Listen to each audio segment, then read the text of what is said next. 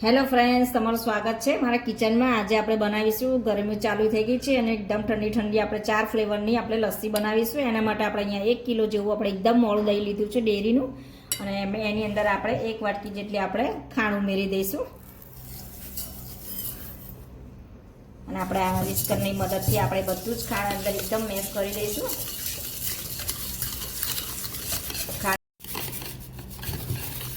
ખાંડ એકદમ સરસ એવી ઓગળી જાય પછી આજે આપણે એની અંદર અલગ અલગ ફ્લેવરની આપણે 4 ફ્લેવરની બનાવવાના છે।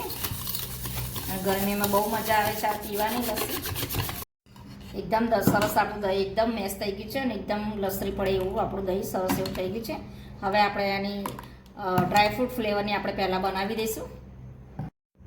આપણે ફ્રેન્ડ્સ અહીંયા આપણે કાજુ, બદામ, દ્રાક્ષ અને અખરોટ લીધી છે। આપણે એને પાણીમાં અડધો કલાક પહેલાં પલાળી દીધી તો હવે પાણી આપણે કાઢી દઈશું। ડ્રાયફ્રૂટ આપણે મિક્સરમાં અંદર એડ કરી દઈશું અને 1 ચમચો જેટલું આપણે અંદર દહીં ઉમેરી દઈશું। આપણી ડ્રાયફ્રૂટ લસ્સી આપણી રેડી થઈ ગઈ છે ફ્રેન્ડ્સ। હવે આપણે બીજી ફ્લેવરની બનાવવાના છે ફ્રેન્ડ્સ। હવે આપણે ચોકલેટ ફ્લેવરની આપણે બનાવવાના છે લસ્સી। હવે આપણે ડેરી મિલ્ક લીધી છે મોટી અને હવે આપણે એની અંદર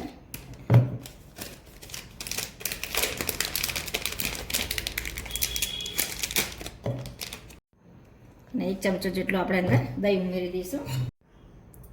હવે આપણે એને મિક્સરમાં ક્રશ કરી દેવાનું છે। આપણી ચોકલેટ ફ્લેવરની લસ્સી તૈયાર થઈ ગઈ ફ્રેન્ડ્સ। હવે આપણે આને સર્વ કરી દઈશું।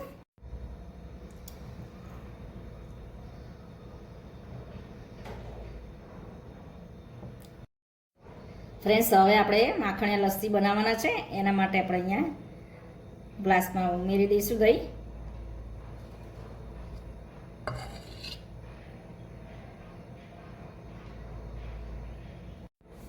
હવે આપણે આની અંદર માખણ ઉમેરી દઈશું અને માખણા લસ્સી તો બહુ મજા આવે છે પીવાની।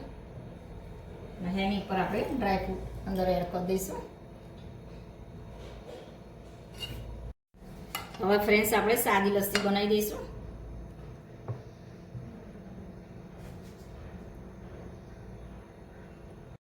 હવે હા આપણે એની અંદર ડ્રાયફ્રૂટ ઉમેરી દઈશું ફ્રેન્ડ્સ।